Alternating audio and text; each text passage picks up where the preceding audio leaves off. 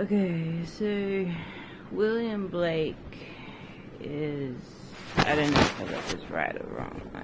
From what I remember, from what I read and looked up, is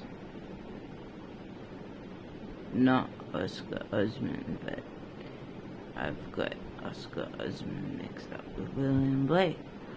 Okay, so Oscar Osman is like someone who does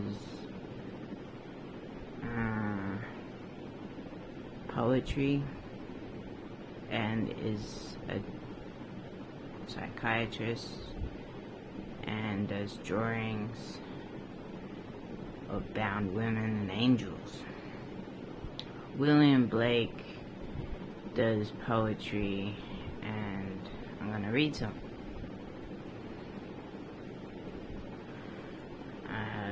Favorite one, where did I find it? The Chimney Sweeper. Like, this is like a favorite because of Mary Poppins and the Chimney Sweeper, and this is like a take on the Chimney Sweeper. So anyway, so it's called The Chimney Sweeper. A little black thing among the snow, crying weep weep in notes of woe. Where are thy father and mother, say? They are both gone up to church to pray. Because I was happy upon the heath, and smiled among the winter snow, they clothed me in the clothes of death, and taught me to sing the notes of woe. And because I am happy and dance and sing, they think they have done me no injury, and are gone to praise God and his priest and king, who made up heaven of our misery. Then there's the sick rose. O rose, thou art sick, the invisible worm that flies in the night, in the howling storm, has found out thy bed of crimson joy, and his dark secret love does thy life destroy.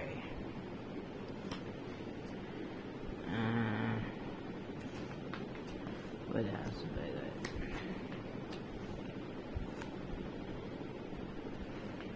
There's another one that I like about an apple tree, but I don't know where it is. I did mark it.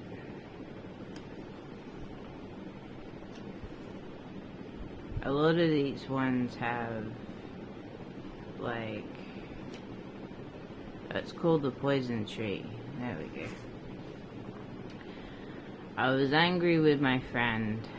I told my wrath, and my wrath did end.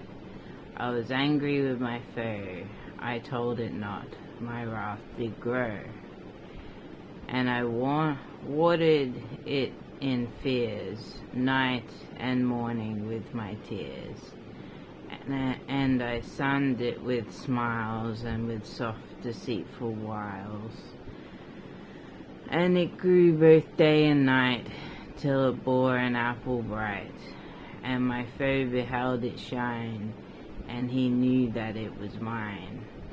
And into my garden stole, when the night had veiled the pole. In the morning glad I see my foe outstretched beneath the tree. That one's a good one. I remember this one from like way when I was way young. I remember being read this or reading it myself when I was very young, or something like that. I think it was just told to me, or I heard it, or something like that. But I don't know if I actually had the book, but it was one that, it's one that I do remember. So, can't remember how William Blake's poetry is. It doesn't have a, it might have a, I reckon it's 2019 it was made, that like the poetry is like old as.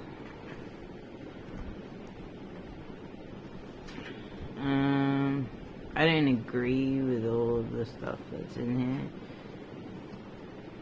but some of the stuff is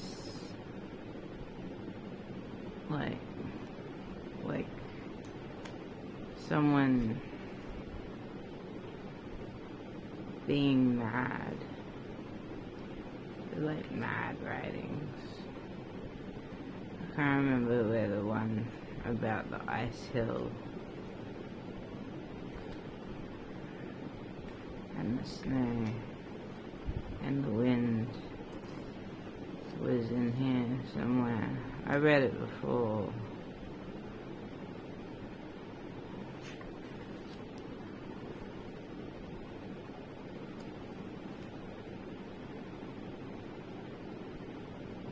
Here's one called I Feared the Fury of My Wind. I feared the fury of my wind would blight all blossoms fair and true, and my sun it shined and shined, and my wind it never blew. But a blossom fair and true was not found on any tree, for all blossoms grew and grew, fruitless, false, dull, fair to see. That's not the one that I read last time.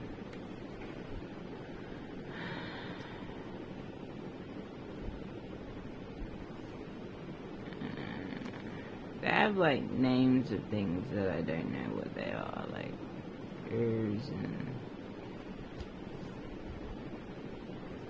like when I originally read this book it just seemed like lots of words put together, which are interesting the way they are put together, but in the way that he writes. But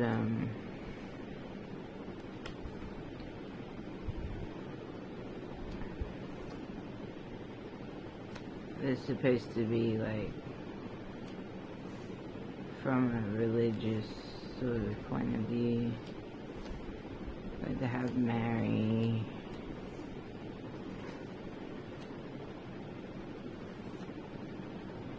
Crystal Cabinet. Let's read this one. The Crystal Cabinet. The maiden caught me in the wild where I was dancing merrily. She put me into her cabinet and locked me up with a golden key. This cabinet is formed of gold and pearl and crystal shining bright, and within it opens into a world and a little lovely moony night. Another England there I saw, another London with its tower, another Thames and other hills, and another pleasant Surrey bower. Another maiden like herself, translucent, loving, lovely, shiny and clear, threefold each in the other closed. Oh, what a pleasant trembling fear! Oh, what a smile, a threefold smile, filled me that like a flame I burned. I bent to kiss the lovely maid, and found a threefold kiss returned. I strove to seize the inmost form with a dew of face and hands of flame, but burst the crystal cabinet, and like a weeping babe became, a weeping babe upon the wild, and weeping woman pale reclined, and in the outward air again I feel with woes the passing wind. So it sounds like some sort of breakup. between someone who had riches and everything so bright, and then leaving and being lost in the wind, or something like that.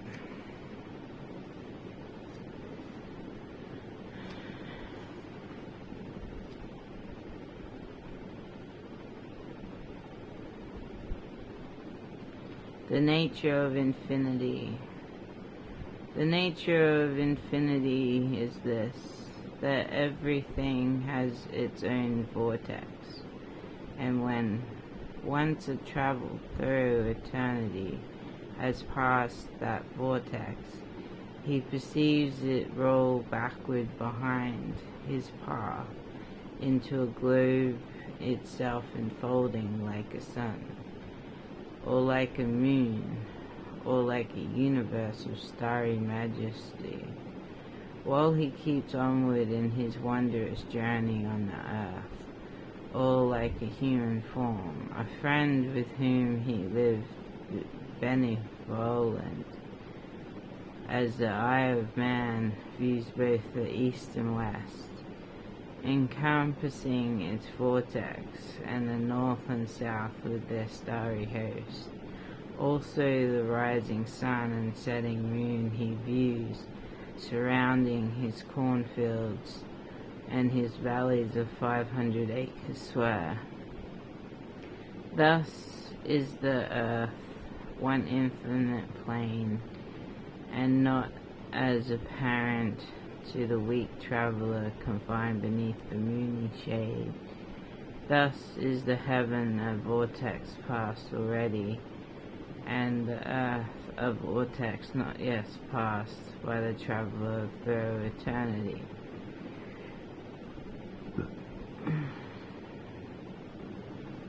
The nature of infinity.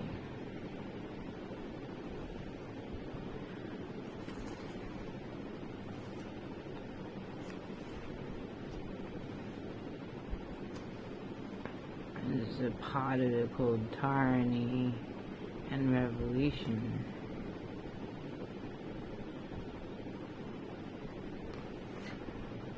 What was this one? Prologue intended for a dramatic piece of King Edward IV. Oh, for a voice like thunder, and a tongue to drown the throat of war, when the senses are shaken and the soul is driven to madness. Who can stand? When the souls of the oppressed fight in the troubled air that rages, who can stand? When the whirlwind of fury comes from the throne of God, when the frowns of his countenance drive the nations together, who can stand? When sin claps broad wings over the battle, and the sails rejoicing on the flood of death, when souls are torn to everlasting fire, and fiends of hell rejoice upon the slain. Oh, who can stand? Oh, who hath caused this? Oh, who can answer at the throne of God? The kings and nobles of the land have done it. Hear it not, heaven, thy ministers have done it.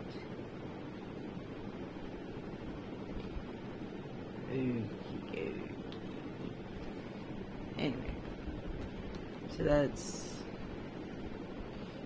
William Blake